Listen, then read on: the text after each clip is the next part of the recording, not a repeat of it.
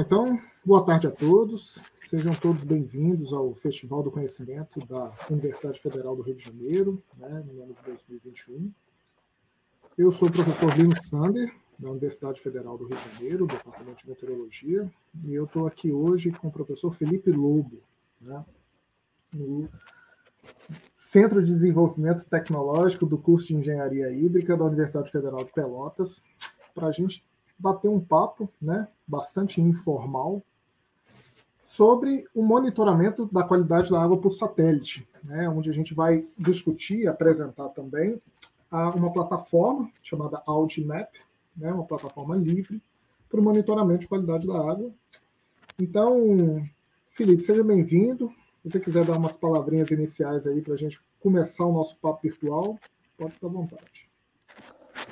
Ok, obrigado, boa tarde, professor Lino, é um prazer imenso estar aqui participando desse festival, de extensão da Federal do Rio de Janeiro.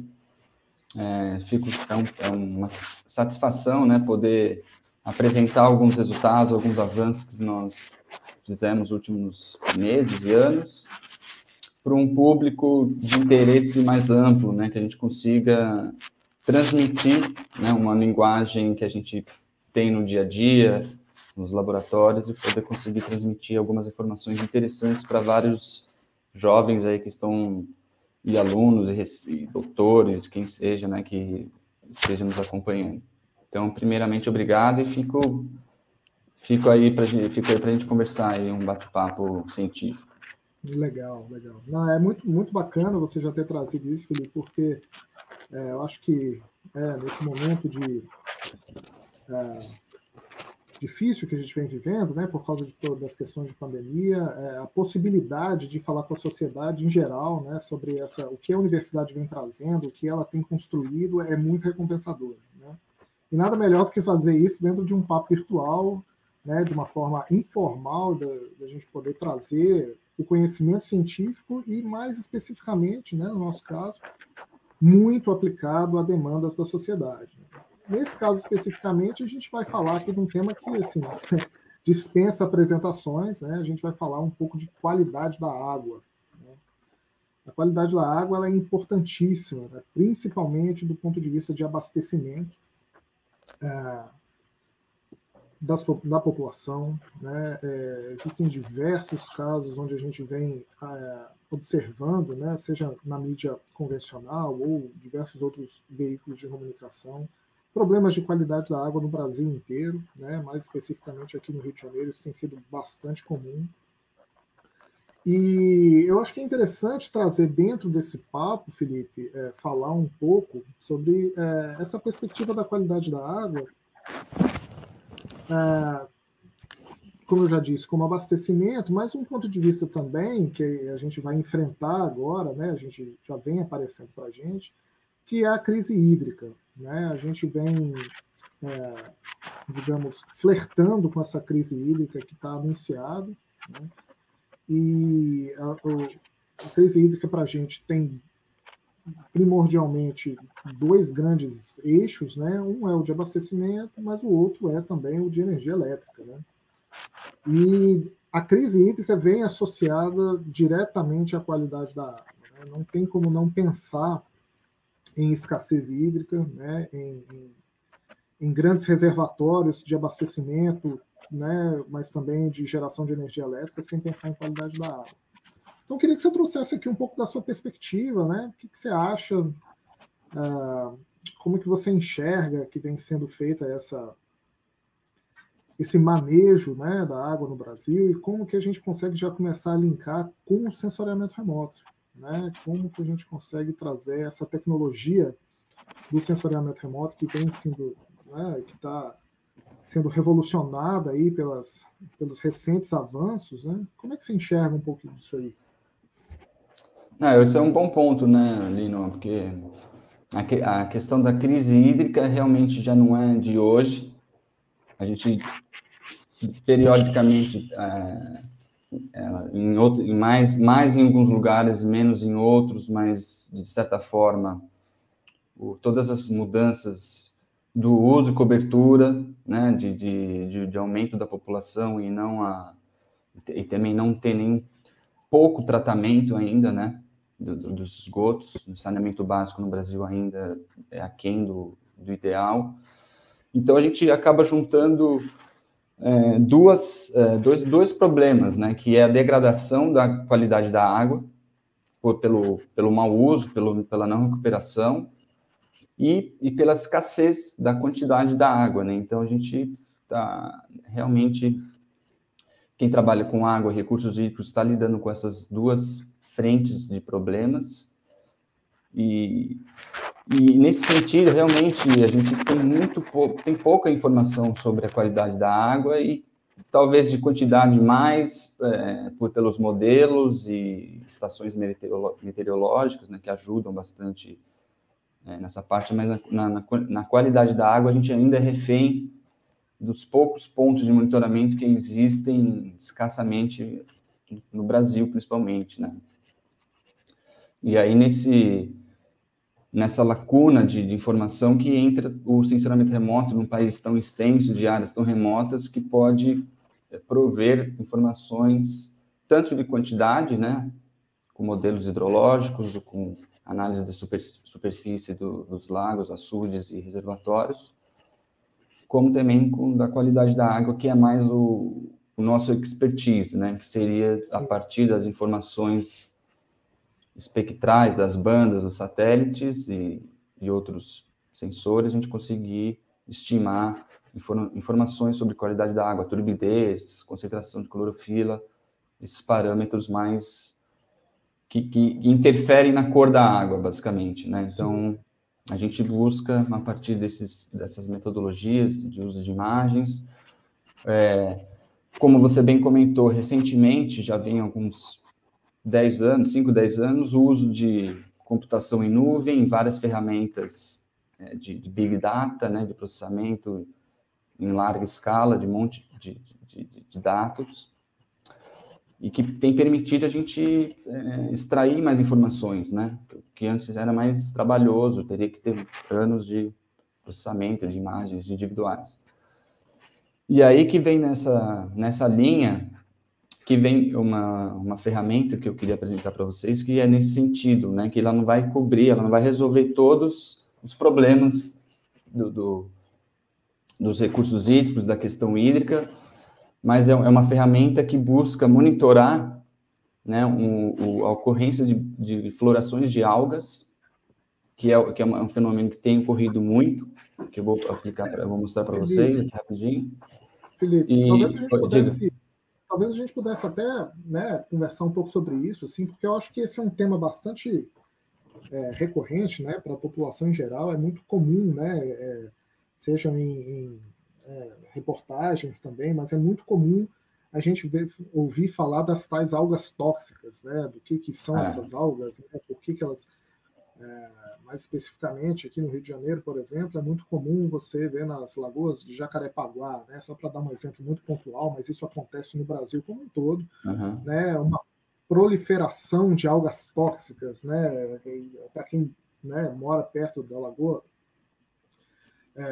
consegue passar e ver aqueles blooms de algas enormes, aquelas massas esverdeadas na superfície da água, mas outros locais que também, né, São Paulo, por exemplo, também sofre muito com essa proliferação. Assim, a gente está falando aqui, né, das maiores capitais do país, mas isso é um problema recorrente, né? Quem for lá em Belo Horizonte e olhar a Lagoa da Pampulha, por exemplo, vai ver proliferação de algas tóxicas, né? Não necessariamente tóxicas.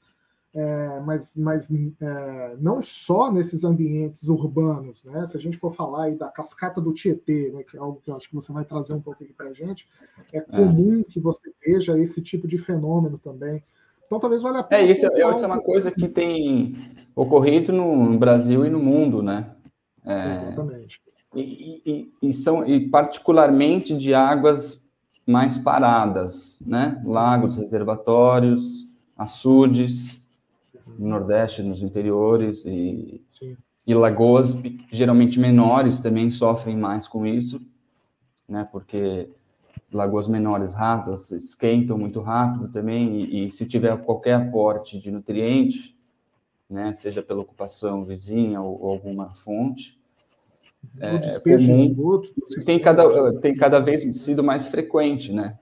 Então, sim, reservatórios que não estão com a sua bacia protegida, né? Ou que tem acarreamento de nutrientes por dejetos industriais ou urbanos, ou de agricultura, né? Aqui no sul também tem muito, não, nem tanto pela questão urbana e talvez mais pela agricultura, o uso de fertilizantes em excesso acaba caindo nas lagoas e a gente tem observado também frequentemente ocorrências de blooms que geralmente são de cianobactérias, mas nem sempre. As cianobactérias, muitas delas podem produzir toxinas, nessas algas tóxicas que você comentou, que tem problemas tanto para banhistas, para o lazer, né, como você comentou. Então, aqui, tanto nas lagoas de toda a costa, né, do centro-sul Brasil, as lagoas costeiras, que tem essa característica de turismo e lazer. Então, aqui na Lagoa dos Patos, aí, na Lagoa Jacarepaguá, etc., tem um risco de exposição a essas toxinas pelos banhistas, pelos animais. E o pior, né, na verdade, o problema maior é quando ocorrem essas florações dentro de reservatórios usados para abastecimento público, né, que é o caso da Guarapiranga, em São Paulo, o Rio Grande, em São Paulo, né, vários reservatórios, e o caso de Guandu, né, no Rio de Janeiro, que teve recentemente, verão passado, se eu não me engano, ocorrência de florações e problemas no tratamento e abastecimento para a população, né? Então, é interessante, isso, desculpa. Pode falar. Não, acho que é interessante pontuar também, né, que assim, quando a gente sempre pensa nessa grande escala, né, nessas grandes áreas, grandes, digamos, fontes de abastecimento, mas é importante deixar claro para as pessoas que mesmo pequenos mananciais, regiões, né, como você mesmo disse, né, de águas mais, vou chamar aqui de paradas, né, mais os ambientes lênticos, eles estão sujeitos a esse tipo de coisa, né? Então, mesmo se pequenas cidades, pequenas regiões também estão sujeitos, desde os pequenos corpos d'água, né, que são usados para abastecimento, mas até como a gente bem sabe, né, na Amazônia, né, a maior bacia do planeta, e também, né, é comum que você veja florescimento de algas, e com a ocupação, né, da Amazônia, por exemplo, você começa a ter construção de barragens, construção de reservatórios hidrelétricos, que alteram as características da região e também estão sujeitos a esse tipo de proliferação de algas, né? Mas é bom lembrar também, só para completar, que essas florações elas ocorrem desde sempre, né? Exato. Não são processos naturais. Maré vermelha, como a Pri comentando aqui, maré vermelha e outras, isso nos oceanos, né? E também na Lagoa dos Patos, também em todas as lagoas sempre teve algum tipo de floração. Isso são processos naturais. O problema é que com a ocupação e aumento dos nutrientes, enriquecimento desses corpos d'água, esses fenômenos se aceleram e podem atingir níveis que são difíceis de voltar a níveis anteriores, prejudiciais. Então, essa é uma coisa legal a ser pontuada, né? Que não é uma coisa que só existe em ambientes eutrofizados artificialmente. Não, podem ser os lugares naturais também, né? Mas, com certeza, a ocupação humana e não tratamento do esgoto é uma das principais fontes, né? Eu acho que fica claro, então, né, como que a qualidade da água é impactante para a gente, mas eu acho que é importante ressaltar também que existe um esforço, né, um esforço nacional, acho que posso dizer assim, né, de diversos órgãos, né, ligados aí à qualidade da água, né, um deles, enfim, os órgãos estaduais, órgãos federais, né, as próprias concessionárias. Agências de monitoramento, né, agências de monitoramento, exato. Existe um esforço, exato. né, as próprias concessionárias que operam as hidrelétricas, enfim, existe né, um espectro de, digamos, preocupação com a qualidade da água, mas é que por si só esse digamos, problema ele não é tão fácil de resolver, né? Principalmente porque os métodos que a gente tem para examinar a qualidade da água, eles às vezes não são suficientes, né, Felipe, para a gente poder chegar numa, digamos, né, numa visão sinótica da região, né, ter uma noção, digamos, temporal. E esses métodos tradicionais, eles estão muito baseados tanto nas coletas de campo, né, o cara vai lá com o seu barco, coleta uma certa quantidade de amostras, leva essas amostras para um laboratório, faz né, os tipos de testes necessários para se extrair análises, né, para se extrair o tipo de parâmetro necessário aí para, né, até chegar num estado trófico, por exemplo, que é algo que você vai comentar, ou, por exemplo, conjuntos, né, boias, digamos assim, ancoradas em certos pontos, né, desses reservatórios, enfim, corpos d'água, que dão uma perspectiva temporal mais pontual, né? Então a gente ganha em informação temporal, mas perde do ponto de vista espacial. Então, eu acho que é interessante trazer, né, para o público que estiver assistindo a gente, que é um desafio, né, que é um desafio de fato. E aí eu acho que a plataforma, né, o sensoriamento remoto, que você vai mostrar para a gente, ela acaba trazendo, né, mais informação de forma espacial e temporal, que pode auxiliar muito, né, no monitoramento desses corpos d'água. Né? Isso. É uma coisa que o sensoriamento remoto não é uma coisa nova, né? Sim. Assim, desde os anos 80 já tem se usado sensoriamento remoto, claro que em situações mais assim, particulares, né? Estudos e pesquisas individualizadas.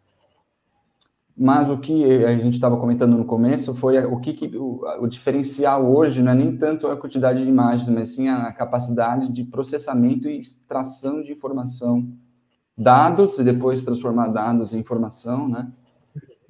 Isso que eu acho que né, foi o que tem sido, a gente está passando por esse processo, né? O diferencial para poder conseguir criar um aplicativo dessa natureza, basicamente com um grupo pequeno, eu, mas 2, 3 me ajudando, principalmente o Gustavo, né, que acho que realmente desenvolveu, implementou, né, as funções que eu testava, assim, em forma de aplicativo, né, as funções todas.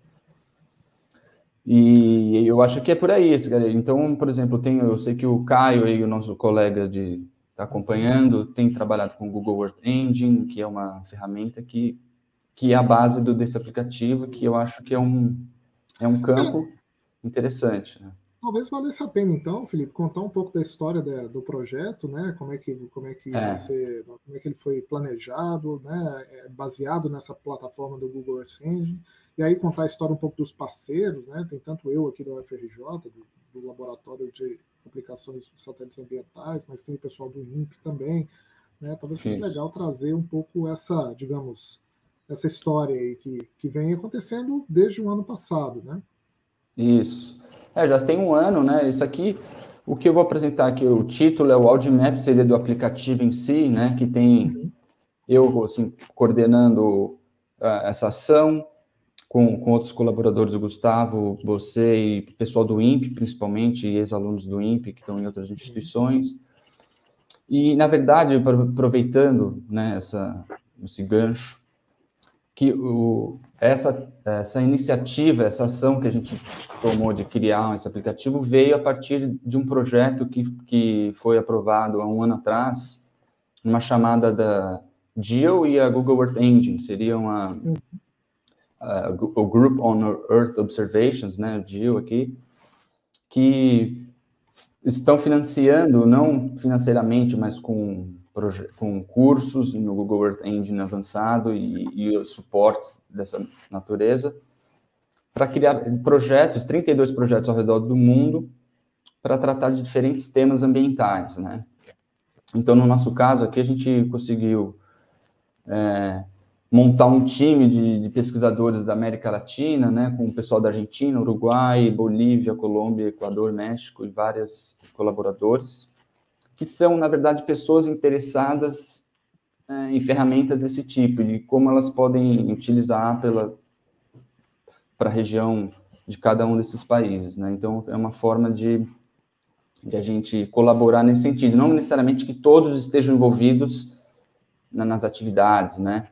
Agora, a gente tendo esse aplicativo, a gente vai retornar aos colegas, colaboradores, e vamos, olha, o que a gente pode avançar daqui, como a gente pode estender para outras regiões, né? Então, essa é mais ou menos a ideia. O tema do projeto, então, se me permite, eu já vou apresentando um pouquinho. Pode. É justamente isso que a gente está falando, né? De monitorar os algae blooms ou as florações de algas, que é, na verdade, um tema global, não só da América Latina, como a gente tem comentado, e que o aquecimento global, inclusive, tem tornado essas florações mais frequentes e piores, de como que tem esse artigo aqui dizendo. Né? Então, e aí nesse sentido dessa degradação da água, essa necessidade de monitoramento dos recursos hídricos, tem essa demanda, né, da sociedade em geral, por sistemas de monitoramento com base em sensoramento remoto, né? Então, aqui é uma imagem da Lagoa dos Patos, né, com florações bem grandes naquela região. Só que aqui na América Latina, né, e no Brasil, o Linus comentou bem, a gente tem a necessidade de ter dados de campo para conseguir criar os algoritmos ou os modelos que permitam a gente estimar parâmetros da qualidade da água. O mesmo vale para modelos hidrológicos, você precisa de dados de campo que validem e calibrem aqueles modelos. Então,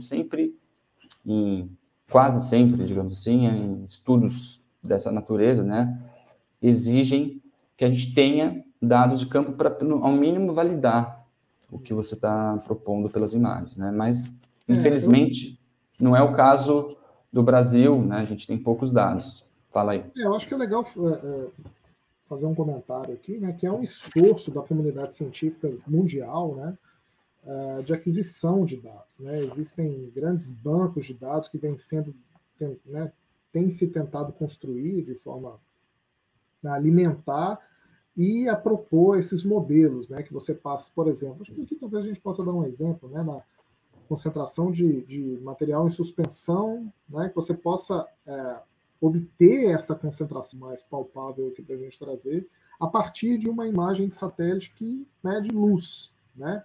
Então há esse esforço da comunidade científica em fazer isso, mas não é o suficiente, né? No Brasil, como, né, o Felipe acabou de comentar, apesar de você ter vários, digamos, existem alguns parâmetros que são mais facilmente monitorados, mas existem outros que não tanto, né? Então, isso é um ponto que vem sendo construído na comunidade científica, que é a busca disso, e que ele é a base, né, para poder você alimentar e poder construir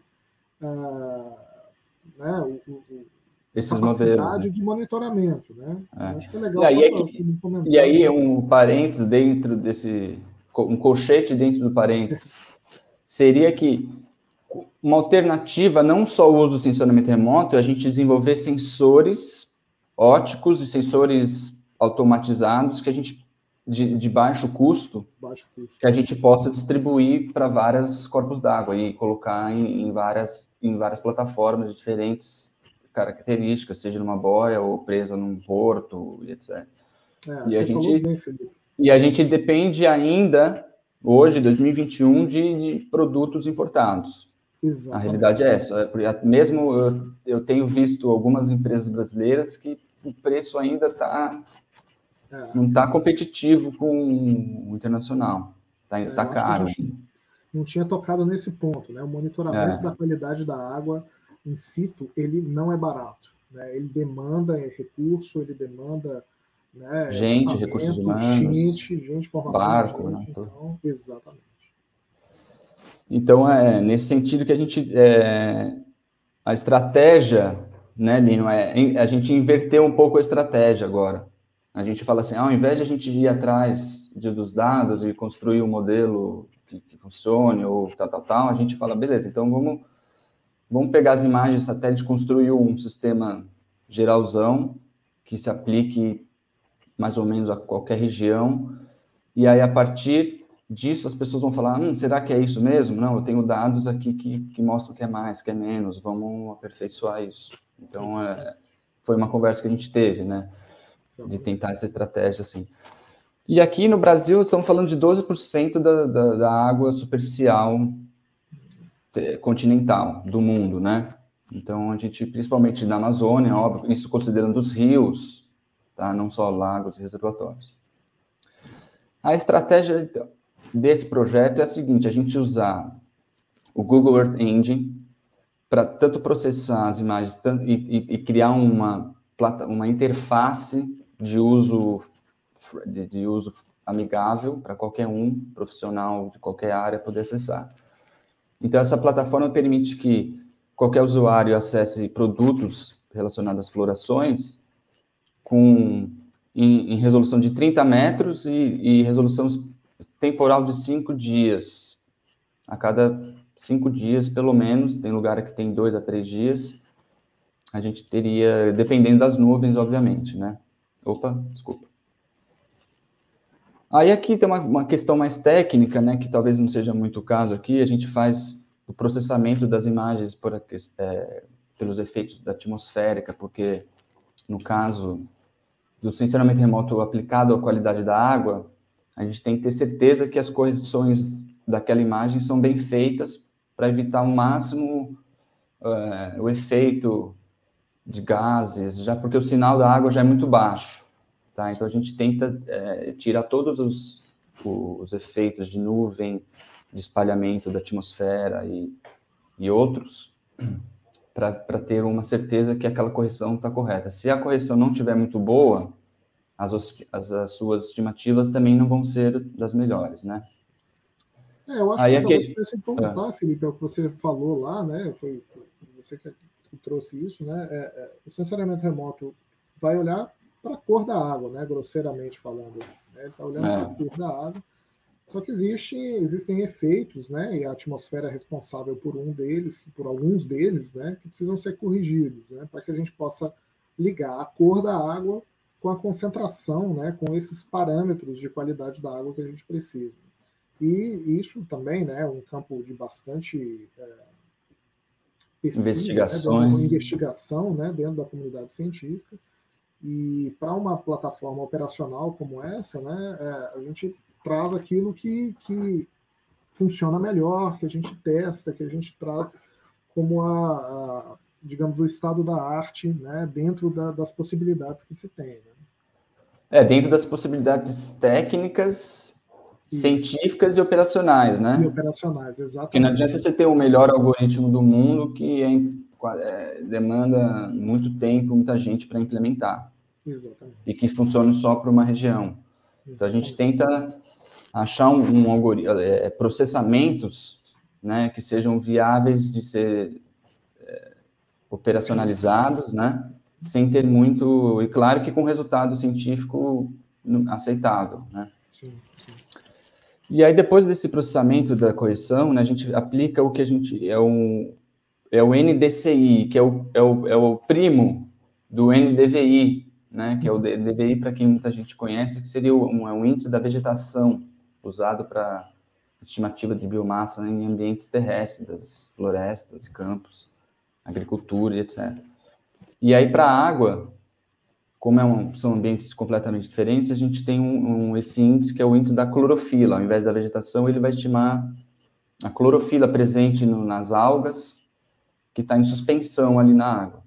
Né? E como é que funciona? Ele usa 2 bandas, né? Ele é um índice normalizado, da diferença normalizada entre essas 2 bandas, entre a banda de 705 aqui, que seria o Red Edge, seria o comecinho do infravermelho, e a outra banda seria o vermelho. Então, essas bandas, elas captam justamente o vermelho, onde a clorofila absorve bastante, e o infravermelho próximo aqui, espalha bastante quando tem uma concentração de células aumentada. Então, essa sim acontece, esse é o resultado da alteração da cor ou do espectro, né, com o aumento da concentração de algas aqui na água. Então, a gente passou de 3,40 até 172, e a gente observa que esse pico ele fica bem evidente, né? Então, ele é bem interessante, esse índice que permite a gente estimar a clorofila e outros produtos que estão relacionados à clorofila, como, por exemplo, o índice estado trófico, né? Que a gente sabe que a CETESB e vários órgãos do Brasil tem classificações do estado trófico a partir da concentração de clorofila, né? Então, a gente, entendendo também que a comunidade de gestão entende como um índice de estado trófico um índice de comparativo importante e de gestão mensal, né? E a gente se preocupou também em criar um produto dessa natureza, de ser mais uma classificação generalista e que permite qualquer um entender, porque às vezes a clorofila fica a concentração, o que significa isso, né? Uma concentração de 30 microgramas, né? Então a gente tentou colocar um produto que fosse mais acessível, né? E aí, só para completar essa parte aqui, a gente considerou o que fosse bloom ou floração de alga, a classificação que fosse supereutrófico e hipereutrófico, ou seja, acima de 30 microgramas por litro de clorofila, que também corresponde à classe 2 do CONAMA. Né? Então, esse 30 aqui, ele é meio um número, é um certo padrão. Eu achei interessante a gente usar, assim, para o Brasil, pelo menos essa categorização aqui. Sim. Mas é interessante que esse índice isotrófico, né, Felipe, ele é um retrato que tem que ser mostrado para a população também, né? Então, não só pelos órgãos gestores, mas, né, uma categorização indireta, digamos aí, da qualidade da água, né? Então, por isso que é legal, do ponto de vista operacional, outra coisa, né? Além dessa característica de ser mais acessível a informação, ela permite a gente fazer estimativas de área, certo? Porque a gente tem classes, então eu posso pegar na Lagoa Rodrigo de Freitas, da área toda, quanto que é eutrófico, quanto é mesotrófico, quanto, né? Sim. Então a gente, além de ser, a gente permite uma análise espacial, que é aquilo que você falou, que não só olhar os mapas, mas você também extrair informações quantitativas, né? Então, tem tanto de uma classe, tanto de outra, né? Isso é interessante. Espacialmente, né? Numa extensão maior do corpo d'água, né? Uhum. Então, a gente consegue, a partir daí, identificar qual braço tá com uma, né? A gente pode estimar qual braço tá mais comprometido, de um rio, por exemplo. Uhum. E aí, o que foi? Como ocorreu o desenvolvimento desse projeto, desse aplicativo? A gente precisava de dados de campo. Lembra? Aí o que aconteceu? Eu fui junto àqueles participantes latino-americanos perguntar, olha, vocês têm dados que gostariam de compartilhar para a gente criar modelos e tal?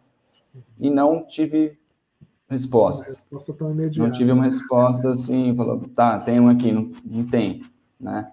Também fui atrás de outras bases, e a única que eu encontrei que tenha dados, não da margem, não de pontos de captação de água, mas dentro dos reservatórios, né, do corpo d'água, que são coletados com barco e tal, é o da CETESB, no Brasil inteiro.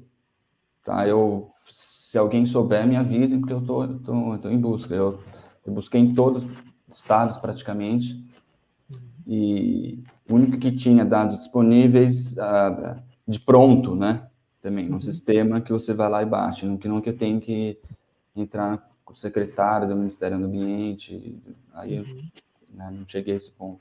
Foi da CETESB. Então, a gente pegou de 25 pontos do rio Tietê, que é o rio mais monitorado do Brasil, e não por acaso, né, porque é o mais poluído também.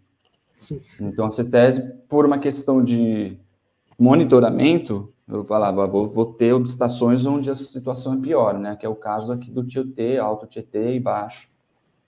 E a partir desse sistema de Infoágua, a gente conseguiu, entre 2015 e 2020, pegar todos os dados de clorofila desses pontos que são coletados a cada 2 meses, né? E conseguimos só 136 que fossem coincidentes com as imagens, né? Considerando mais ou menos 2 dias. Né? Felipe, só um comentário, Diga. assim, só para, né, retomar um pouco disso, né, assim, é mais essa questão né, de novo, retomando, que o monitoramento por dados de campo ele é algo que demanda muita grana, né, e que não necessariamente ele os estados, né, municípios, enfim, aqueles órgãos responsáveis pela gestão conseguem ter um monitoramento, digamos, recorrente na região, né? Esses dados, às vezes, eles não estão abertos, isso não quer dizer que eles não sejam feitos, né? Só para dar um exemplo, aqui no Rio de Janeiro, a Lagoa Rodrigo de Freitas é monitorada 2 vezes por semana, né? Então esses dados são abertos, de fato, mas às vezes eles não né? Em outras regiões do país, acho que ainda é um desafio um pouco, né? Que exista digamos, uma base única, acessível, né, para que dados desse tipo sejam... Tem na ANA, né? Na ANA tem... Sim. Ela tem listada no sistema ali todas as estações de monitoramento, mas não é atualizado. Então, não mesmo da CETESB, se eu for procurar os dados da CETESB pela ANA, ela vai me indicar o site da CETESB. Sim. Não está lá, né, a informação. Então, foi uma escolha, digamos... Foi uma escolha, né, na realidade, para poder ter um primeiro passo em relação à modelagem, né, que era necessário para que essa plataforma pudesse ser, né, desenvolvida. Né? Exato, e aí a gente, a partir desses dados, né, o que a gente fez? A gente, dentro do Google Earth Engine, fez toda a correção das imagens Sentinel-2, né, que é o satélite da ESA, né, Agência Europeia, e a gente tem aqui todo um processamento. A gente faz correção atmosférica, a correção do glint, que seria o espelhamento, né, aquela luz que bate na superfície da água, remoção das nuvens, fazer a máscara da água e criar uma coleção de NDCI, que é aquele índice que a gente fez aquela razão de bandas. Sim. Com essa coleção, a gente pegou os dados de clorofila A e criou 2 produtos. Um que seria a concentração de clorofila e o outro a estimativa do índice estadotrófico, né? Para a clorofila, a gente fez um ajuste não linear, um ajuste de uma exponencial. E aqui para o estadotrófico, a gente usou uma árvore de decisão, né? E depois disso, tudo foi implementado no aplicativo, onde a gente tem acesso a gráficos desse tipo, né? Mapas e algumas estatísticas espaciais, fazer um download de alguns produtos ali. Você quer falar alguma coisinha? Eu vou... Não, pode continuar. Vou passando para a gente ir, daqui a pouco já abrir o aplicativo e brincar um pouquinho. Sim, pode ficar à vontade. Tá. Aqui, então, são os passos intermediários, eu não vou me atentar a muita coisa, mas a gente parte de uma imagem original para gerar o NDCI, né, em 30 metros, todas as imagens de uma dada região. Aqui sim seria o modelo, né, que a gente conseguiu, a partir daquelas 136 amostras, a gente fez no Python um sistema de validação cruzada, que usa o Monte Carlo, né, aquela iteração Monte Carlo, que ele consegue separar 70% das amostras para calibrar um modelo e 30% para validar. Só que aí a pergunta é, qual o modelo que eu vou pegar, né? Porque cada hora que você gerar 70-30 vai dar alguma coisa. Então a gente roda isso 10.000 vezes para ver qual é o modelo que aparece mais vezes. E aí vai em busca dele. Então aqui no nosso caso... O melhor índice estatístico de qualidade, né? Ele não necessariamente o melhor índice, né? Porque eu posso ter um R2 aqui repetidas vezes. Não, digo o que aparece é o mais uso. Em biologia seria o mais parcimonioso, digamos assim, né? É o que está ali mais vezes, é o que seria o correto usar, né? Então, ele nos deu aqui um coeficiente de determinação dessa curva de 86%, o que é super razoável, bom. Tenho estimativas superestimadas nas baixas concentrações, porque por várias razões, né? Primeiro, não só por... Primeiro porque, assim, uma água com baixa concentração de clorofila é uma água mais limpa, ou seja, ela também é uma água que é sujeita a interferências de outras fontes. Então, de qualquer coisa que tiver na água ali, ela vai refletir, vai ter uma interferência. Então, geralmente, o sinal de águas muito limpas, ele tem esse problema de interferência, né? Além disso, também, concentrações muito baixas do laboratório, você pode ter... De novo, né? Você está pegando uma amostra de 1 litro de um reservatório. Quão representativa aquela amostra de um pixel que está olhando para uma resolução de 10 por 10, pelo menos. Você pode ter interferências nesse sentido, né? Do tempo de diferença que a gente está considerando mais ou menos 2 dias. Então, todos esses erros, a fonte desses erros estão embutidas aqui, né? Então, até que é esperado ter erros mesmo. Mas, de qualquer forma, como a gente está preocupado mais com as concentrações médias para as altas, que é justamente as florações que podem ocorrer. O que acontece? Quando tem florações, quando a liberação das toxinas geralmente ocorre quando elas morrem, né? Ou seja, ou num tratamento, quando você vai tratar, matam as células, elas liberam as toxinas, né? Então, é importante a gente ter uma forma de monitorar quando ocorrem principalmente as altas concentrações. Por isso, eu achei que está satisfatório essa estimativa, né? Sim. E aí, acho que é importante dizer também, né, Felipe, que esse é a primeira, digamos... uma primeira versão, né? Né? Então, a ideia uma primeira tentativa. E que a ideia é que, no decorrer do tempo, modelos mais, né, talvez modelos mais específicos locais podem ser desenvolvidos. A ideia, a grande, né, do meu ponto de vista, a grande coisa do aplicativo é que ele é uma plataforma, digamos, pronta, né, com um algoritmo que funciona com razoável qualidade, boa qualidade e aberta, né? Então ela vai começar a ser utilizada e ela pode ser alimentada, né? Alimentada com outros modelos, alimentada com o tempo e com desenvolvimento e com recursos também. Ela pode ser, né? Ela pode ser, digamos, cada vez aperfeiçoada, né? Aperfeiçoada, exatamente. Exatamente. E aí a gente... É mais ou menos o que você está falando no sentido que esse produto, por exemplo, Map Bioma, solta versões, né? Então, a primeira versão era razoável e está sendo melhorada, sendo aperfeiçoada. A ideia é mais ou menos seguir essa linha. Soltar alguma coisa operacional e com o tempo ir melhorando isso. Aqui, por exemplo, então, na hora de separar os estados tróficos, a gente fez um box plot do NDCI para cada um das classes que a gente observou em campo, né? E viu que tinha diferenças, apesar de alguma reprodução, tinha uma certa distribuição, por exemplo, os extremos estão bem definidos, o problema é mais no meio, né? Mas com a gente aplicando no Python também uma árvore de decisão, nos permitiu definir os limiares para separar essas classes, né? Que foram esses limiares aqui.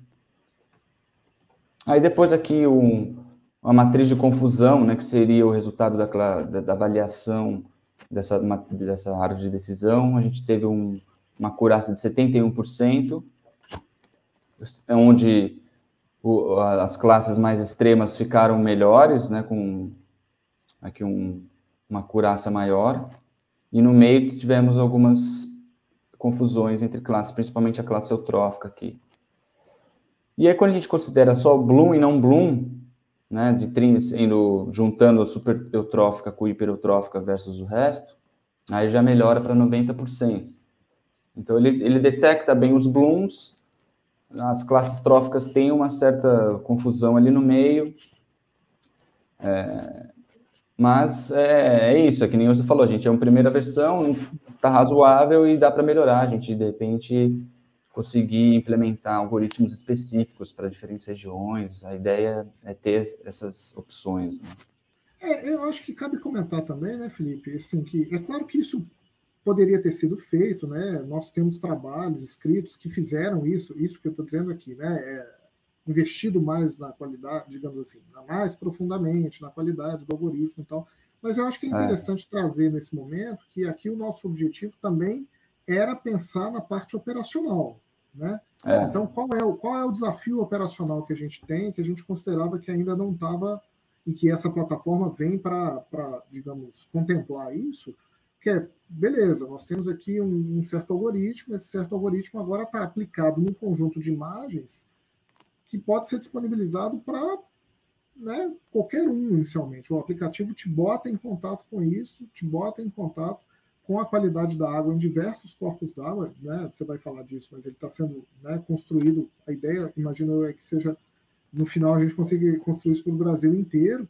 Mas, enfim, que o nosso viés aqui também é ele ser um aplicativo operacional, é ele ser bom o suficiente para ser disponibilizado para órgãos, né, de monitoramento da qualidade da água, estaduais, federais, enfim, e que ele possa ser cada vez mais aperfeiçoado, mas tendo à luz esse grau de operacionalização, né? Acho que é legal trazer um pouco isso, esse comentário. Olha, isso aí. Deixa eu só colocar aqui um negocinho. Tá legal. Beleza, eu vou seguindo aqui para a gente, como você falou, né? Agora vamos para o que interessa, né? Digamos assim, a gente comentou que alguns modelos a gente pode ser melhorado, mas já é razoável. E aí, o seguinte, aqui é a cara do aplicativo. Eu acho que é melhor a gente abrir lá logo ele para eu ir mostrando. Tá legal. Porque as demais slides é sobre o próprio aplicativo. Aqui eu vou ver se eu... Ó, entro aqui, ó. Só um segundo. Eu vou entrar aqui no site. Eu queria até que colocasse ali no... Isso aqui é o site atual que ainda está também sendo melhorado, né? A gente tem o site do aplicativo, que é o Audimap, aqui da UFPEL. E aqui tem o link para o aplicativo, que é a versão 1, que foi lançada agora, né? Vou clicar aqui, ó. Eu vou pedir aqui, Caio e Thalissa, por favor, coloquem o site do aplicativo, se vocês puderem, depois. Então, vamos lá. Ó. Ele já está abrindo, ó, ele aparece aqui como app experimental, né, da Google Earth Engine. E aí, de cara, ele já vai para a região onde a gente tem dados, né, que é uma região aqui do Centro-Sul, é onde a gente tem dados por enquanto. A gente estendeu do Tietê para uma região bacia do Paraná e na região sul, onde tem bastante interesse aqui. Agora a gente está estendendo para o Rio de Janeiro, Minas Gerais, e vamos continuar estendendo isso aí. Aí aqui, então, a gente tem um link para o tutorial que vai abrir, na verdade, essa página aqui. E aqui eu tenho que escolher uma região de interesse. Tá? Como que está organizado aqui? Eu tenho uma lista de praticamente todos os reservatórios lagos dessa região Centro-Sul. Os maiores, digamos assim. Essa lista pode ser aumentada, tá? Conforme a gente tiver interesse em estender. Talvez a gente já possa emendar e responder essa pergunta que está na tela, tá, né? desculpa. Que o aplicativo pode ser usado somente por profissionais especialistas no tema?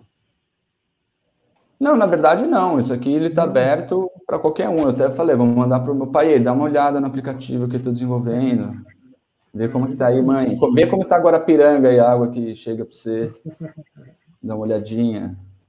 Então, na verdade, a ideia é justamente essa, é permitir que qualquer profissional, estudante, seja lá, que tenha acesso à internet. Está em inglês ainda, a gente deixou em inglês porque é um projeto internacional, mas estamos pensando também, de alguma forma, colocar em português, não sei, você tem que criar 2 versões, aí Vamos ver. Mas nada que impeça, né? Acho que é um inglês meio básico, assim, só de instrução. Click here, blá, blá, blá. Ó, então vamos lá, vamos escolher, já que a gente... Aqui eu tenho... Como está organizado? Aqui eu tenho o país, o estado e a bacia. E depois a represa, o nome do reservatório mesmo, né? Então eu tenho aqui Brasil, São Paulo, Tietê e Represa Billings. E o Sistema Cantareira, vamos dar uma olhada no Sistema Cantareira. Isso. Aqui, depois a gente vê outros... Clicando aqui, ele já vai destacar os reservatórios do Sistema Cantareira de São Paulo. Eu tenho a opção de estar em cinza aqui, mas se eu quiser colocar o satélite aqui no fundo, da Google, né, básico. O plataforma do Google, né? É para você se orientar, né, direitinho. Beleza, aqui, Jacareí. Só um comentário, Felipe, eu acho que é importante ressaltar que o que a gente usa para fazer, né, o aplicativo, não é essa imagem que está no fundo. Isso aqui é uma imagem do Google Earth, básico, que é igual para todo mundo e vai sendo atualizado em tempos, né? E aqui só para se orientar. Eu trabalho aqui com cinza para dar o destaque aqui. Então, por exemplo, eu escolhi essa região. Caso você tenha um ponto que você tenha amostras, tá? Suponhamos que eu fiz um coleta aqui, eu quero adicionar esse ponto, eu posso adicionar ele aqui, ele vai aparecer para mim, para depois eu fazer a série temporal em cima daquele ponto exatamente. Tá? Mas eu não tenho nenhum ponto para adicionar agora. Eu quero saber, eu tenho aqui para Sentinel-2 todos os anos, né? Então eu vou escolher aqui 2020...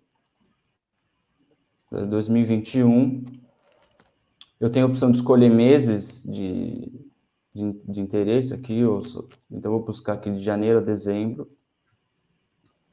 Quando eu clicar aqui, ó, Calculate Time Series, ele já vai calcular a média, mínimo e máximo do NDCI, da clorofila e a frequência de blooms para essa região nesse intervalo. Vamos ver o que acontece aqui, ó. Demora um pouquinho, tá, gente? Às vezes dá não é instantâneo. Mas, às vezes, principalmente, essa aqui é uma região pequena, acho que não vai demorar muito, mas para lagos, reservatórios maiores, pode demorar alguns minutos o processamento. Então, ele pegou todas as imagens de 2020 e 2021 e está gerando para mim uma clorofila média, ó, que ele já gerou. Ele está processando, mas ele vai me dar aqui clorofila média, mínimo e máximo, e NDCI, mínimo e máximo, e também a frequência de bloom. Sim. Tá? Quanto que que são o bloom aquelas aparece? que estão ali naquelas barrinhas, né, à esquerda ali, né, Felipe? As legendas estão aqui na esquerda. Isso. Então, para 2020 e 2021, nesses reservatórios, a média da clorofila é essa aqui. Tá? Então, por exemplo, aqui parece que está mais alta aqui e tal. Aí não vamos fazer mais nada. Você consegue aproximar um pouquinho? Porque eu acho que está um pouco pequeno para... Um pouquinho mais. Demora um pouquinho para carregar. Tem que ter uma certa paciência, não é uma coisa instantânea, tá, gente? Até porque essa aqui é uma região pequena, ainda vai... É que ele está processando na nuvem... Ele está pegando todas as imagens daquele local de 2 anos e tirando uma média para cada pixel, né? Então, é um processamento meio pesado. E aqui, é isso. Então, esse por é o exemplo, NDCI. Esse aqui é clorofila, ó. Clorofila, legal. Então, a concentração ela está bem baixa, está baixa. Então, vamos só recapitular um pouquinho para o pessoal entender. Essa é a concentração de clorofila média entre os anos de 2020 a 2021, todos os meses. Todos os meses. Tá. Legal. Aí eu tenho também a máxima, que pode ter interferência de nuvens, tem todo por exemplo, uns pontinhos vermelhos aqui, provavelmente interferência de nuvens aqui, ó. Mas você já vê, esse aqui seria a máxima desse período. E aí eu teria o quê? Frequência de bloom. Quantas vezes foi classificado como bloom, dadas segundo todas aquela classificação que você mostrou antes, né? Isso. Classificação que seria eutrófico, supereutrófico e eutrófico. Quantas vezes aparece naquele pixel essa situação. E aqui deu... Aí você clicando em cima, ó,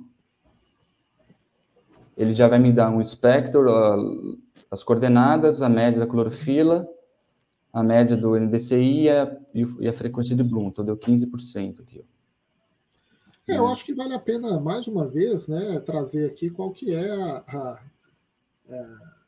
a vantagem do sensoriamento remoto. Né? A gente está falando aqui de uma média, né, de uma coleção de imagens durante um ano, e foi possível ter esse caso aí. 2 anos, né? 2 anos, perdão. 2 anos. Exatamente. Ah, não, é de 1 ano e meio, né? 1 ano e meio, né? Tá certo. Esse aí é o Bloom Frequency, né? É a frequência de Bloom. Né? Aí. Então é possível, veja que é possível nessa aqui, ó. identificar, né?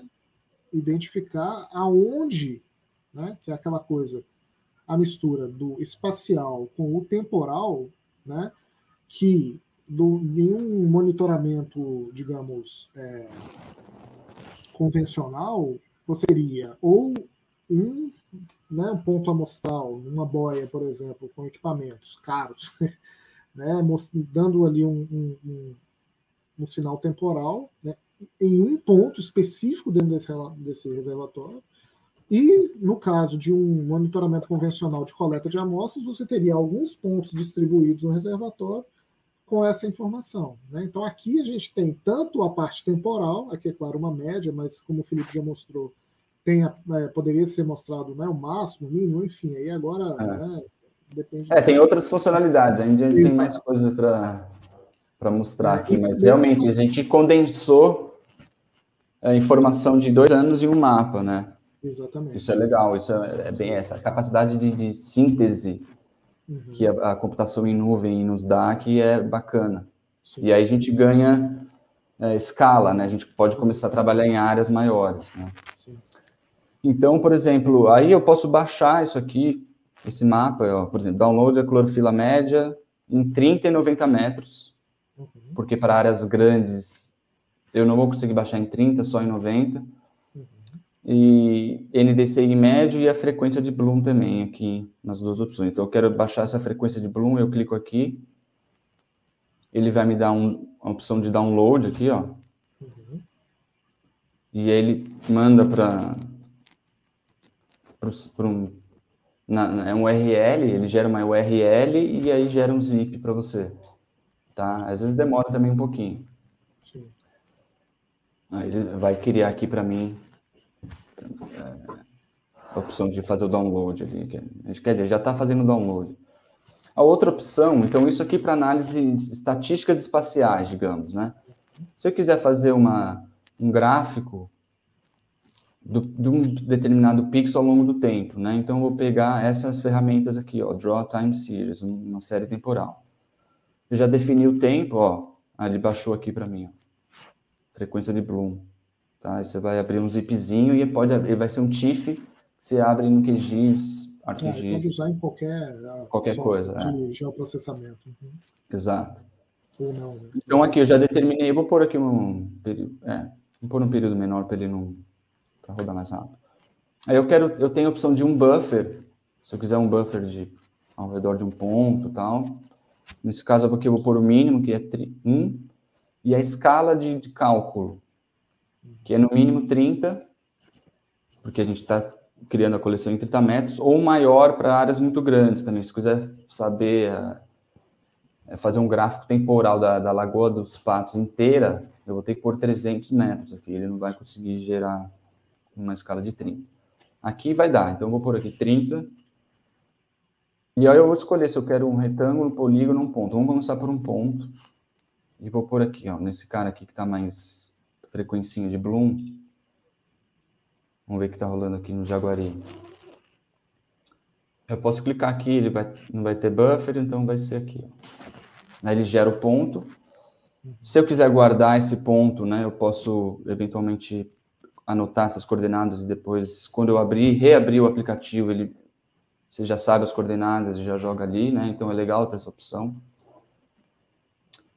Aí ele gerou aqui, ó, criaram as opções agora de gráficos. Eu quero ver a média da clorofila daquele ponto em 2021. Ó, tá meio caindo desde janeiro até agora, o que de certa forma é esperado, esfriou, né? E aí estava lá 31 microgramas por litro e caiu para 8. Aí eu falo, eu quero ver como é que estava nesse dia, 21 de janeiro de 2021. Aí eu venho aqui, ele vai listar para mim todas as imagens da série inteira para esse reservatório, ou região que você escolheu, 21 de janeiro. E vou atrás lá de 21 de janeiro de 2021. Vamos ver se tá batendo, né? Aí o que ele vai carregar? O RGB daquele dia, para você ter uma ideia. É um RGB da imagem original, tá? Não é a corrigida. E aí ele joga já para mim a clorofila calculada ali. Eu posso ver o NDCI, né? Por exemplo.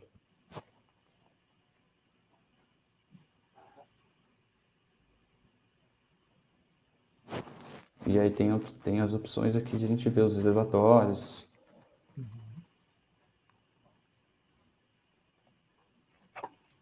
Aqui eu tenho aqui o clorofila. Tem também a questão de possivelmente efeitos de sedimento, tá? Essa é uma coisa que o aplicativo também não está corrigindo nada sobre esses efeitos. A gente está confiando que no NDCI corresponda bem a esse aumento das concentrações, mas pode ter outros efeitos que a gente vai começar a investigar, né? Isso. Então, e aqui também eu posso ter a opção de download dessa imagem, de clorofila, NDCI ou Bloom, né? Então eu tenho aqui as opções de camadas, a classe trófica. Olha, ele está considerando aqui meio superotrófico aqui. E o Bloom. A classe trófica está aparecendo ali no lado esquerdo ali, né? Coisinha. Aqui estão aqui as legendas.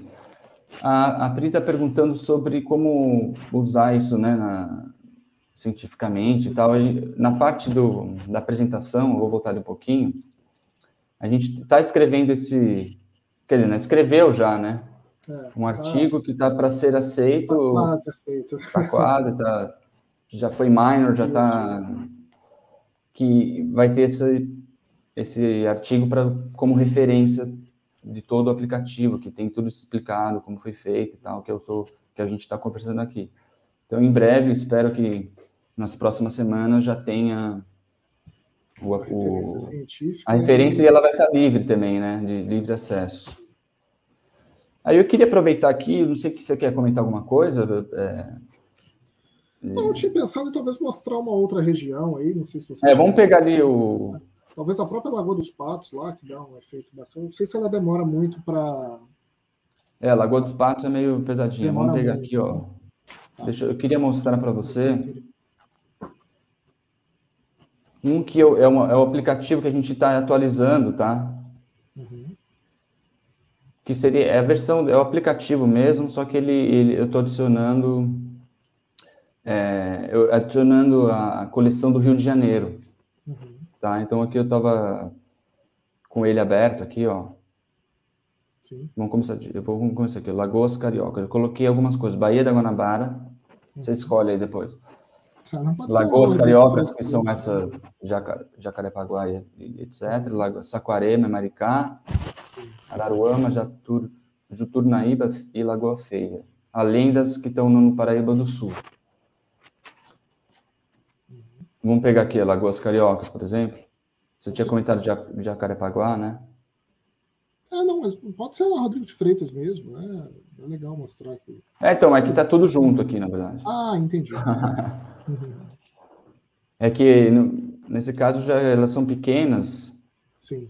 Então, dá para ver todas elas de uma vez. Então, por exemplo, aqui é uma imagem do dia 28 de julho de 2017. E realmente, Jacarepaguá ali tá bem alto ali. Ó. Tá bem esverdeada. Sim. E aí a clorofila tá alta ali. Tem uma questão de máscara também, às vezes ele Sim. corta umas coisas, mas ele tá bem conservador, né? É melhor cortar coisa que não é do que é melhor cortar coisa que é do que inserir coisa que não é, né? Então aqui essa aqui eu não sei qual que é o nome dessa. É da Tijuca, na Lua da Tijuca. Aí também tem Tijuca, umas... Marapendi, sim. Realmente tá verde aqui, né? Sim, sim. Essa aí, a gente tem trabalhado com ela, né? Inclusive o Luiz Felipe, que é um aluno meu, está trabalhando bem de perto com elas aí. Então, o legal é que a gente agora vai começar a poder construir os algoritmos específicos para essas lagoas, né? Que são extremamente impactadas, né? Extremamente... Enfim, tem muita coisa que acontece nessas lagoas, mas que com esse aplicativo, né? A gente já consegue ter uma ideia dos blooms, né? Onde que está, né? Piratininga aqui também, ó. Perdão, Piratininga. Então, agora, com a plataforma em mãos, a gente já consegue começar a aperfeiçoar os algoritmos, né? Os dados, por exemplo, que são disponibilizados tanto pela prefeitura como pelo INEA, a gente já consegue, né, utilizá-los para poder melhorar os algoritmos, né? Tem um trabalho também que uma aluna minha, a Gabriela, fez com algumas medidas em Rodrigo de Freitas, que desenvolveu um pequeno algoritmozinho para lá, né, que pode ser colocado. Então, enfim, o legal disso tudo, né, é que a plataforma construída, agora a gente já consegue começar a alimentar, inclusive, né, isso agora para o futuro, e né, pensando no futuro, criar outros produtos, talvez, né, outras, por exemplo, material de suspensão, turbidez, enfim. Né? Então, esse é um start point para a gente poder começar agora a aperfeiçoar as coisas, mas já é um produto em si muito útil, tanto para a população em geral, como para os órgãos, né, interessados nesse monitoramento. Né? Já é algo que fala assim, opa, peraí, está tendo um bloom aqui, teve um bloom em tal época. Né? Isso exatamente. Eu acho que algumas definições, algumas interferências, algumas particularidades, né, peculiaridades de lagoas, efeito de fundo, presença de macrófitas, isso tudo ainda não está resolvido. Isso vai ser uma coisa que eu espero que tenhamos um retorno, né, dos usuários. Aqui, será que a gente já está fazendo exercício, talvez, separar macrófitas, só que é difícil implementar isso geral. Sim. Né, porque tem muita confusão. Então, o que a gente conseguiu ser uma coisa geral era isso. Aí acho que a partir daqui a gente pode ir construindo mais coisas específicas, que nem você comentou, do sedimento, talvez um próximo produto seria ter uma estimativa do sedimento. E voltando lá, acho que isso é o primeiro slide, né? Assim, esse foi um projeto que pensou a América Latina como um todo, né? Então, né, a ideia é que agora ele foi construído, né, existe já a plataforma e ela agora vai ser disponibilizada e as pessoas dos seus vários locais de interesse na América Latina como um todo podem começar a dar esse feedback para a gente. Né? Isso aqui é muito interessante. Eu vou te mostrar para vocês aqui os corpos d'água que eu mapeei até hoje, até agora, no Brasil, que já estão aparecendo no aplicativo ali, mas eles não são para todos eles que têm o dado, a coleção pronta, né? Então, por exemplo, deixa ele rodar aqui, naquele outro aqui, ó. E ali dá para ver que, então, eu peguei no Nordeste, é uma coisa que a gente está querendo expandir também, então, de uma certa forma, conseguir incluir os açudes do Nordeste, que é uma região que depende muito, né, tem uma escassez de tudo, né, de água, de informação, então essa aqui talvez seja uma ferramenta que possa, mas futuramente, a gente já, em breve, né, ter informações sobre os açudes aqui do semiárido nordestino, os próximos passos que eu estou pensando também, Lino, é a gente construir aproveitar essas informações e publicar não necessariamente artigos científicos, mas um atlas que explique como que está o sistema. Por exemplo, abastecimento, os reservatórios que são usados para abastecimento público nas principais cidades e Histórico capitais. de blooms, né? Histórico de variações de concentração de clorofila, sim. Por exemplo, São Paulo ali, Guarapiranga, etc. Rio de Janeiro, Guandu, Belo Horizonte, as Lagoas, Curitiba, né? Como é que está a situação em cada um deles, historicamente falando? Sim. E depois também avançar na questão de começar a criar um sistema de alerta também, como a gente conseguir correlacionar essas informações com a temperatura, por exemplo. Se a gente verificar que, né, tem uma relação forte com a temperatura que a gente sabe que tem, mas não é necessariamente tão linearmente, tão linear, tão claro, mas que talvez a gente possa incorporar, inclusive dentro do engine, dados de temperatura, criar interfaces também dentro do Python, para a gente conseguir processar essas informações e gerar boletim, gerar sistema de alertas, automatizar mais, né? A gente, claro, já avançamos bem, mas acho que tem como automatizar vários processos, tanto na criação das coleções, como na análise desses dados, né? Deixa eu ver aqui mais que eu ia falar para vocês, em termos de... Então, aqui, por exemplo, aqui é onde a gente tem dados hoje, né? E a gente pretende expandir, né? Então, para o Rio de Janeiro, como já está sendo feito, para o Nordeste, Argentina, Uruguai e países ali da América Central, também Colômbia, etc. E o interessante desse espectro, né, tanto no Brasil isso já acontece, mas esse espectro, né, de países aí é porque a gente começa a, digamos, validar o aplicativo, o algoritmo que está sendo utilizado, numa diversidade de lagos muito grande, né, diversidade climática, enfim, né, de domínios aí que são de fato muito diferentes, né? E provavelmente não vai funcionar direito, né? Exatamente. Mas tudo bem, mas a gente não sabe, né? A questão é essa, será que funciona? A gente estamos querendo saber, né? Então, por exemplo, para isso a gente precisa de confrontamento com dados de campo.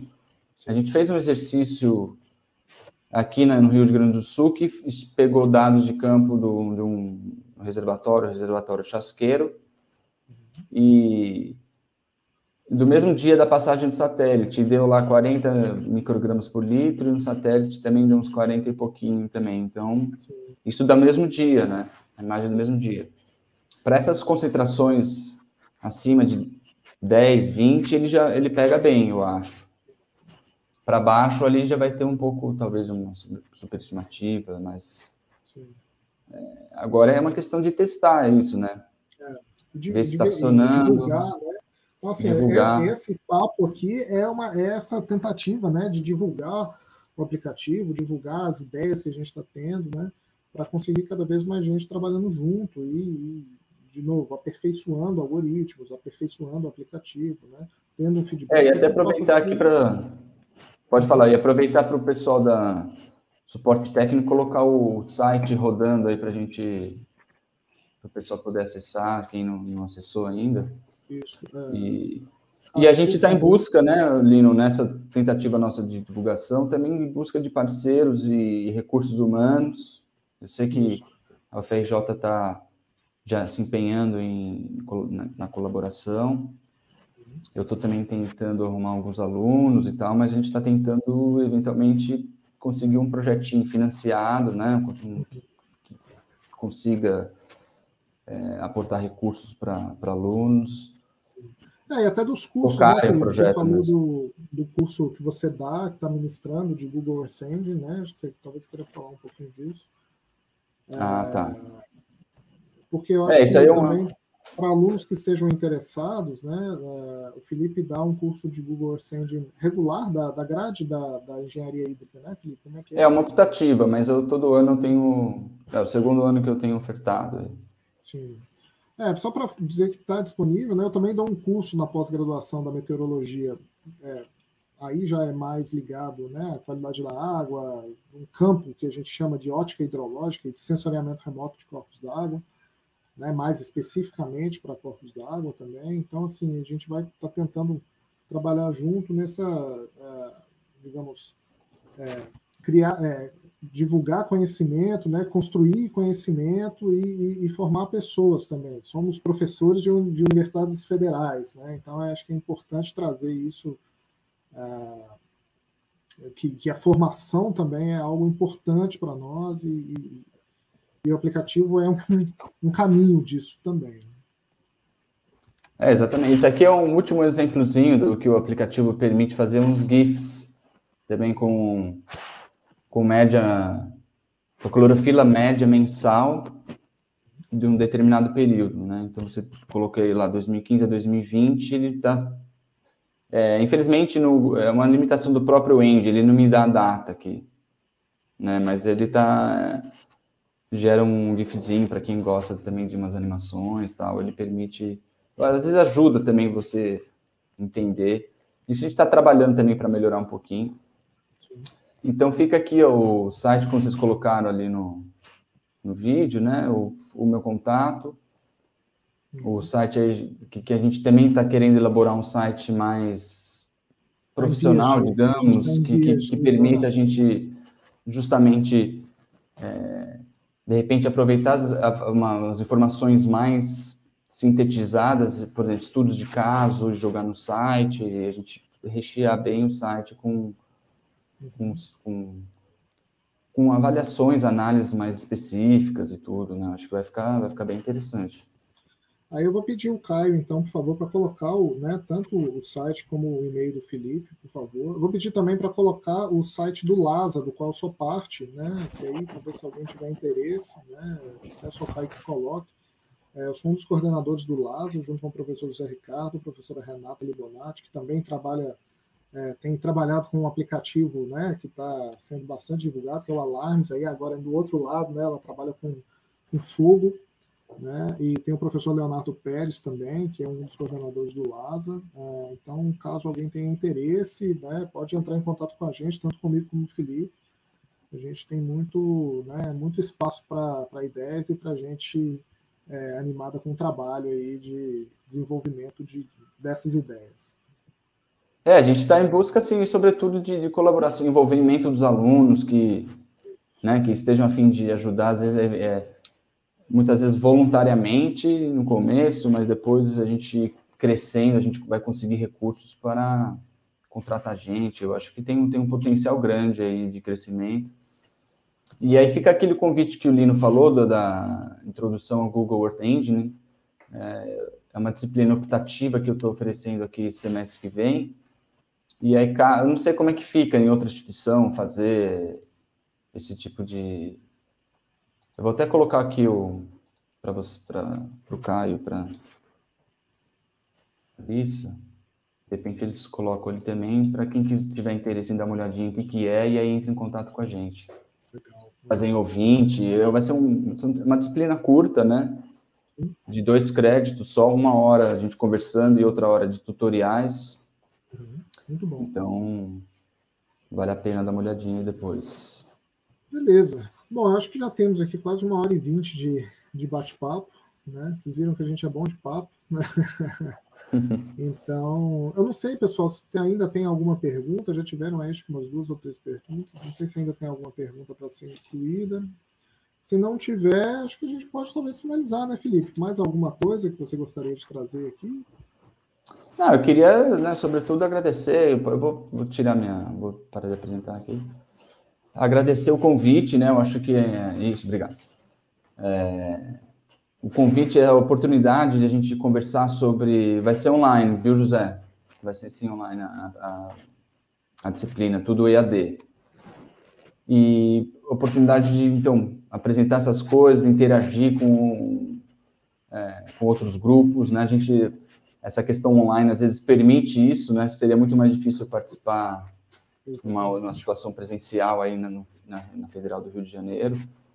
E a gente tem essa oportunidade aqui de apresentar, de expandir, de despertar um interesse também nas pessoas, mostrar que é possível, mostrar que tem... E eu, nem, por exemplo, eu não sou nem programador, né?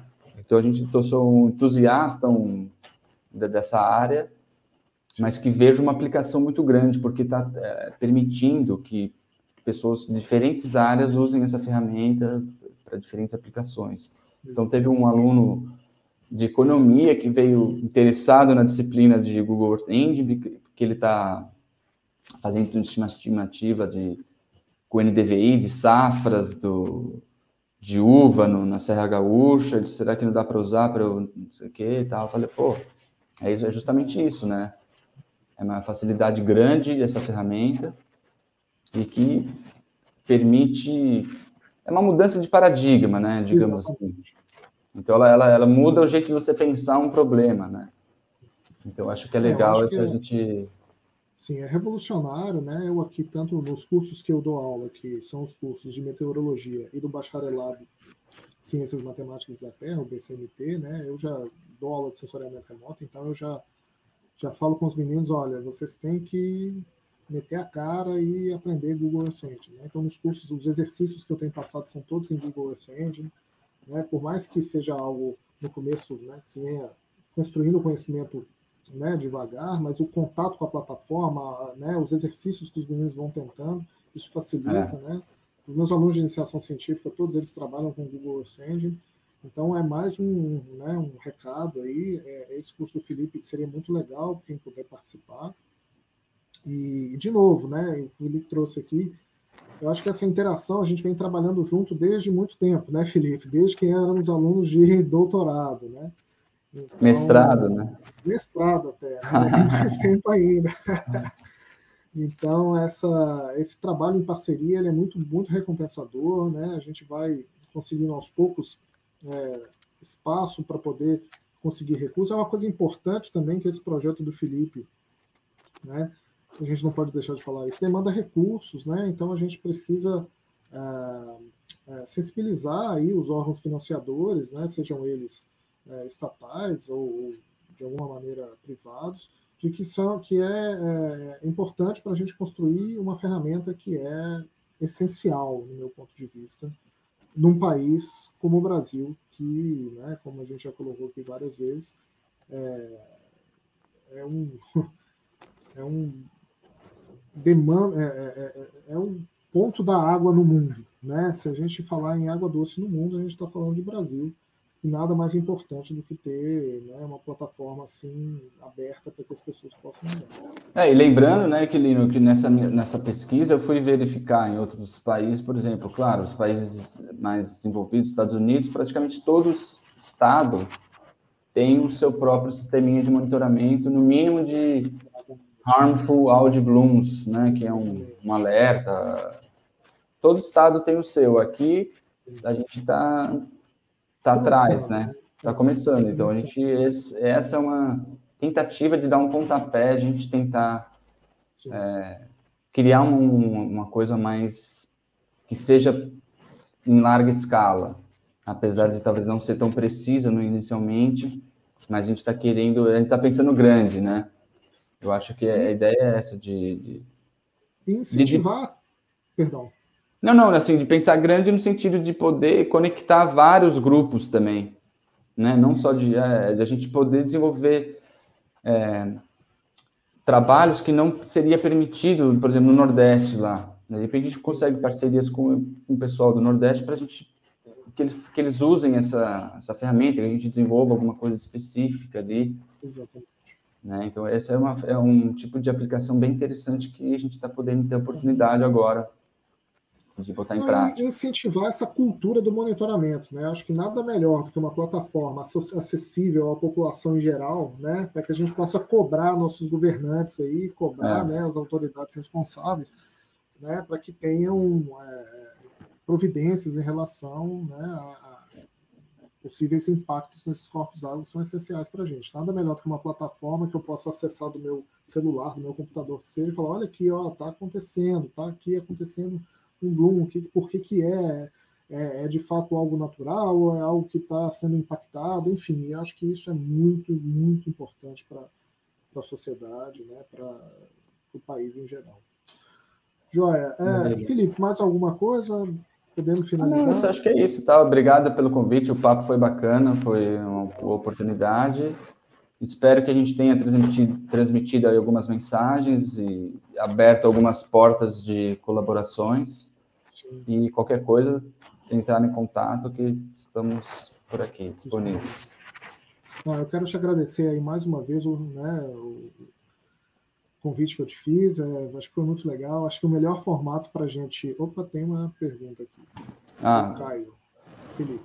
Isso aí é uma questão interessante, que eu acabei não comentando, mas a coleção que a gente criou foi até abril de 2021, e a partir de maio de 2021 ela é automática com a coleção nível 2 do Google Earth, do Sentinel-2. Então ela é, a partir do momento que a imagem entra no sistema do Google Earth Engine, do nível 2, está praticamente diária, ou seja, em poucas palavras é isso, ela está atualizada diariamente. Então está quase um sistema de alerta. Sim. Então, porque se passou a imagem hoje, amanhã ou depois, eu já vou ter acesso a ela e o produto. E o que me permite me programar para que 2, 3 dias, quando passar de novo, eu posso ir no campo, alguma coisa assim, né? Então, ele já tem... A gente fez esse artifício de corrigir uma coleção com outra para fazer um merge, é uma coisa mais técnica, e depois a gente pode conversar. Mas, de certa forma, para ter justamente isso, para ter a atualização diária e a gente não ter que ficar atualizando na mão. Correntemente. Legal. Bom, então vou... Opa, mais um. Outros satélites, por enquanto, não. A gente, como está trabalhando com a clorofila e o NDCI, e porque o Sentinel-3, que seria um super satélite potencial, ele não está disponível em nível 2 no Google Earth Engine, então ele não está corrigido. O que seria bom para poder pegar a diferenciação de cianobactéria de outros grupos, para áreas maiores. Mas Landsat também não permite eu extrair o NDCI, então por enquanto é o Sentinel-2. E as outras questões de resolução temporal, né? O Landsat já são 16 dias, né? Isso limita um pouco em alguns aspectos. E o Sentinel-3, por mais que ele tenha uma resolução espectral muito boa, né? Para corpos d'água de interior, às vezes ele não é o suficiente, porque ele tem uma resolução espacial de 300 metros, né? Então... O ideal seria fazer um multi-sensor approach, né? Uma abordagem multi-sensores, que ele conseguisse extrair de diferentes tipos de sensores, só que ainda não chegamos nesse nível ainda.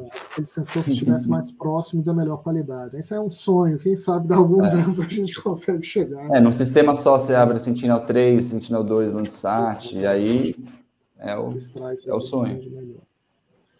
Mas por Pessoal, enquanto mais alguma pergunta? Caio? Tá.